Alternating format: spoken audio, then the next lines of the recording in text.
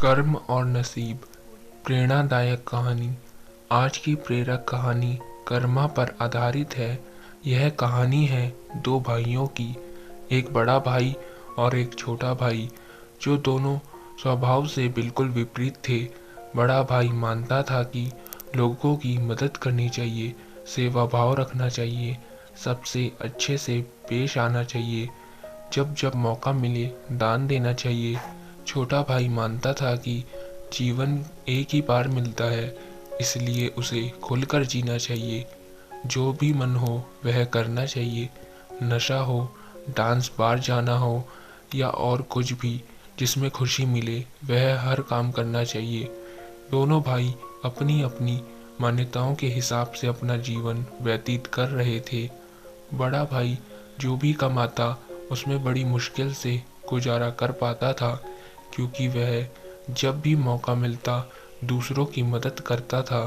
वो सत्संग सुनने जाता, मेडिटेशन करता, वो जितना हो सके उतना सादा जीवन जीने की कोशिश करता। छोटा भाई गलत रास्ते और गलत तरीके से ज़्यादा धन कमाता और अपनी हर इच्छा पूरी करता। दारू सिगरेट पीता, नाचने वालियों के पास जाता, जितना संभव हो उतना ऐश करता। बड़ा भाई अक्सर अपने भाई को समझाने की कोशिश करता कि वह अपने जीने का तरीका बदल दे। वो जो कुछ कर रहा है वह अच्छे कर्म नहीं है, लेकिन छोटा भाई उसकी एक ना सुनता और उल्टा बड़े भाई को ही अपना जीने का तरीका बदलने के लिए कहता। वह दोनों ही एक दूसरे की बात माने बिना अपने अपने तरीके से जिंदगी जीते रहे। एक दिन बड़े भाई को घर लौटते वक्त रास्ते में चप्पल में कील घुस गई, जो चप्पल को चीरते हुए उसके पैर में घुस गई। उसे बड़ा दर्द हुआ। दर्द इतना ज़्यादा था कि वह ठीक से चल भी नहीं पा रहा था, लेकिन फिर भी जैसे तैसे लंगड़ाते दर्द सहन करते अपने घर तक पहुंच गया। घर पहुंचने के बाद उसे बिल्कुल भी खड़ा हुआ नहीं जा रहा था। उसे बहुत प्यास लग रही थी, लेकिन दर्द इतना ज़्यादा था कि वह पानी का गिलास लेने तक की हिम्मत नहीं जुटा पा रहा था। इसलिए अब बड़ा भाई छोटे भाई के आने की राह देखने लगा। थोड़ी देर बाद छोटा भाई घर आया। उसके चेहरे पर बड़ी सी मुस्कान थी। वह बहुत ज़्यादा खुश लग रहा था। छोटे भाई को देखते ही बड़े भाई ने उसे पानी मांगा। छोटे भाई ने ठंडा पानी बड़े भाई को पिलाया और उसे क्या हुआ है उसके बारे में पूछा। बड़े भाई ने बताया कि उसके पैर में कील घुस गई है। छोटा भाई बड़े भाई से बोला, देखिए आप इतना सादा और सच्चाई भरा जीवन जीते हैं, बदले में आपको क्या मिला? और यह देखिए मैं कितना खुलकर जीवन जीता हूँ, इसलिए आज मुझे रास्ते में ये हीरे का हार मिला है। हमारे दोनों की परिस्थितियाँ यह साबित करती है कि मेरा तरीका सही है और आपका गलत। बड़ा भाई बड़ा परेशान था, फिर भी वह छोटे भाई को समझाने लगा कि नहीं, उसी का तरीका सही है।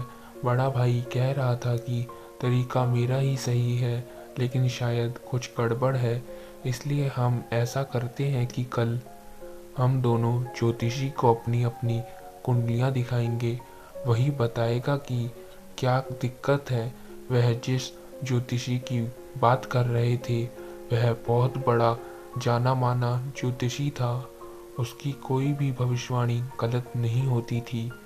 छोटा भाई हीरे का हार मिलने की वजह से बहुत खुश था, इसलिए वह भी बड़े भाई के साथ जाकर कुंडली दिखाने के लिए राजी हो गया।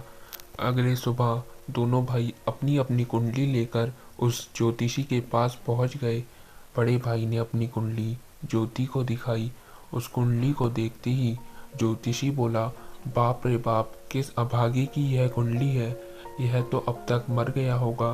बड़ा भाई कुछ भी नहीं बोला और फिर छोटे भाई की कुंडली ज्योतिषी को पढ़ने के लिए दी गई। उसकी कुंडली देखते ही ज्योतिषी खुशी से बोल पड़ा, यह बहुत अच्छी कुंडली है, इसमें तो राजयोग लिखा है, यह जरूर अब तक मंत्री बन गया होगा।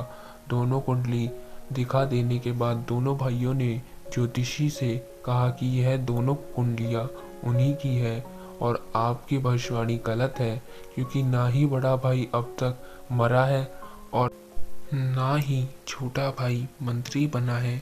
ज्योतिषी ने दोनों से कहा कि मैं कुंडली पढ़ने में गलत हो ही नहीं सकता। हाँ, अगर तुम्हारे कर्म कुछ ऐसे हैं तो तुम्हारी कुंडली में लिखा बदल जरूर सकता है।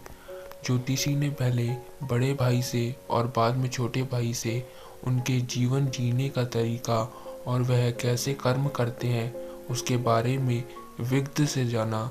ज्योतिषी ने दोनों को समझाते हुए कहा कि मेरी पड़ी हुई कुंडली गलत नहीं है, यह बड़े भाई के अच्छे कर्म हैं जिसने उसको कुंडली में लिखी मौत की जगह सिर्फ एक कील का दर्द दिया, और दूसरी तरफ छोटे भाई के बुरे कर्म हैं जिसकी वजह से उसका राजयोग चला गया और उसे सिर्फ एक छोटा सा हीरे का हार मिला जिसे जल्द ही बेचकर खत्म कर देगा। दोस्तों, छोटी सी एक प्रेरक कहानी हमें वही सदियों पुरानी बात याद दिलाती है कि जैसे कर्म होंगे वैसे ही फल होंगे। अगर हमारा वर्तमान अच्छा या बुरा है तो वह हमारे पहले पुराने कर्मों की वजह से है, और हमारा भविष्य अच्छा या बुरा होगा वह हमारे वर्तमान के कर्मों के हिसाब से होगा। इसलिए हमेशा ध्यान रखें कि अच्छे कर्म करना ना छोड़े। कहानी सुनने के लिए आप सभी का धन्यवाद।